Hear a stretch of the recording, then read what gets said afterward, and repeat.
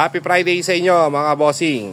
Ngayon, bali, na-cord na po natin ang ating mga early bird. Ayan, makikita nyo sila. Bali, may explain lang po ako sa inyo bakit tayo nag-early cording sa ating mga alaga. Bali, yan, naka-cording na po sila dyan sa ating mga cording area. Tapos, may benefits ba sa ating mga alaga yung early cording sa pagko-cord natin sa kanilang maaga? Para ho sa akin mga bossing, kaya po tayo nag-early cording sa ating mga alaga para po mas tumikas po sila agad. Kasi yung mga laro po ng ating mga early bird season ay medyo maikli, kaya kailangan po para ho sa akin at yung pamamaraan ko lang ho ay kailangan ho maaga po sila maging binata, dahil pag nakakalipasan po yung season po nila mga bossing ay maglulugon po sila. Kaya mabilis po kasi yung season ng early bird, pero ganyan yung mga ginagawa nating pamamaraan. Saka syempre mapapansin nyo pag nasa range sila, medyo nagfe-feather picking pa rin sila, kahit lalo na po pag ganyan kalalaki mga bossing. Mapapansin nyo to, pangit ho ang mga tubo ng mga buntot nila. Kaya mas maganda po na pag na-early cording po natin sila, yung mga balahibo nila, lalo yung mga buntot nila ay gaganda. Kaya mas mainam po tayo nag-early cording. Ang disadvantage lang naman po dito mga bossing, syempre kailangan binabantayan natin sila sa una hanggang 3 araw.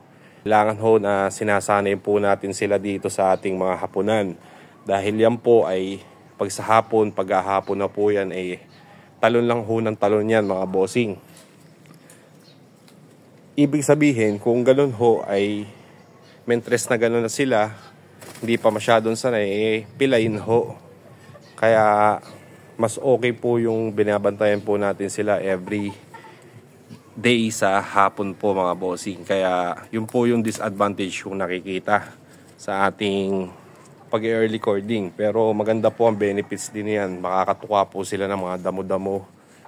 At yung kung ano po yung talagang makakasanayan po nila, okay na po mga bossing. Kaya mas gaganda pa sila, yung balahibo nila, tubo ng buntot, at magiging lalaking lalaki ho sila mga boss. Kaya sa araw po na to, bali 4 months old na po sila. Yun nga po pala, 4 months old. Tapos may mga hinarvest na rin po tayo kanina.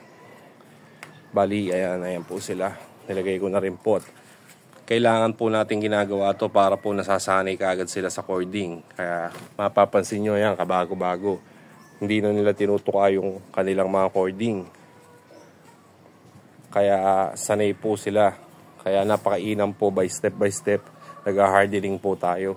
Maganda po ang nabibigay na tulong po pag nag-hardening po tayo mga bossing. Kaya bali, gano'n lang po yung ginawa nating pamamaraan. Nasa sa inyo naman din po mga bossing kung ano yung pamamaraan nyo. Pero pamamaraan po natin ay early cording sa ating mga alaga. Maraming salamat po. God bless po. Thank you.